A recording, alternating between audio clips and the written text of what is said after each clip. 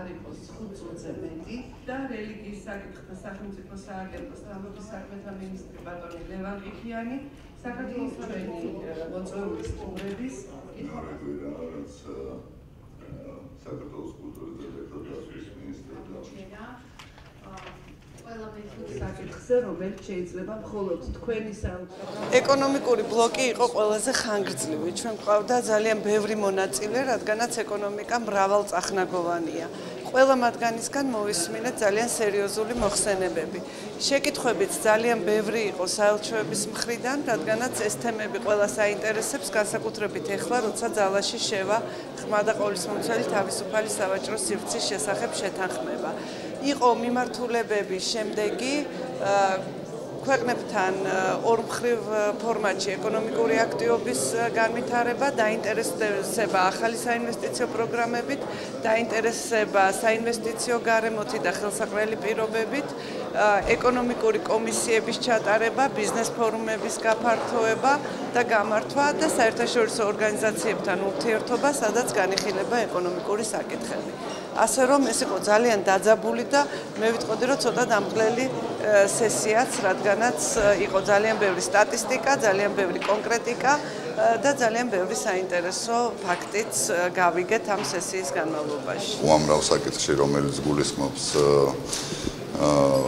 ევროპული და მსოფლიო გამოცდილების გაზიარებას და მსოფლიო ექსპერტიზის გაზიარებას, ეს აბსოლუტურად ყველა სფეროს შეეხება პრაქტიკულად და მე ვფიქრობ, საელჩოებს შეუძლიათ ძალიან დიდი დახმარება გაგვიწიონ ამ მხრივ საექსპერტო რეკომენდაციები თუ ექსპერტების მოწვევით და ასე შემდეგ. პასუხისმგებლობა და როლი იმაშიც არის, რომ საგარეო პოლიტიკის დღევანდელი ამოცანებიდან და პრიორიტეტებიდან გამომდინარე, მათთან ერთად მათი მოწოდებული, ასე ვთქვათ, რეკომენდაციების საფუძველზე განსაზღვროთ ის აქტუალური დღეს ქვეყნები თუ რეგიონები, სადაც ჩვენ, ასე ვთქვათ, გააქტიურებას გავაკეთებთ მომავალში. ინვესტიციების მოზიდვა, ახალი პროექტების კეთება, ინვესტორების მოყვა, მათთვის როუდშოუების ორგანიზება, კონკრეტული პროექტების და კონკრეტული ფინანსური მოდელების აწყობა თითოეული პროექტისთვის, რასაც ჩვენ ახლა ვაკეთებთ.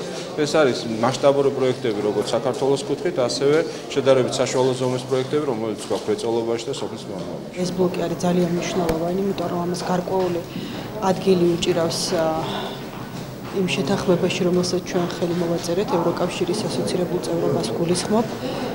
ჩვენი მთავარი მიზანია, რომ გავაღრმავოთ საერთაშორისო ურთიერთობა და ჩავერთოთ საერთაშორისო კვლევებში, სამეცნიერო კვლევებში და გავხდეთ აი ამ პროცესების განუყოფელი ნაწილი, ამიტომ მაქსიმალურად საჭიროა, რომ ელჩები იყვნენ ინფორმირებული მიმდინარე ტენდენციების, მიმდინარე პროგრამების შესახებ, რომ დროულად და საჭირო პარტნიორებთან მოხდეს ყველაფრის კომუნიკაცია, რომ ისინიც ასევე გამოიჩინონ მათ ინტერესი და ინტენსიურად ჩაერთონ. ჩვენ გვაქვს უკვე გარკვეული, ასე ვთქვათ, არხები, რომლის ფარგლებში ჩვენ ურთიერთობთ საერთაშორისო კვლევით დაწესებულებებთან, ძალიან ბევრ უნივერსიტეტთან, მობილობის პროცესში, სხვადასხვა პროგრამების ფარგლებში.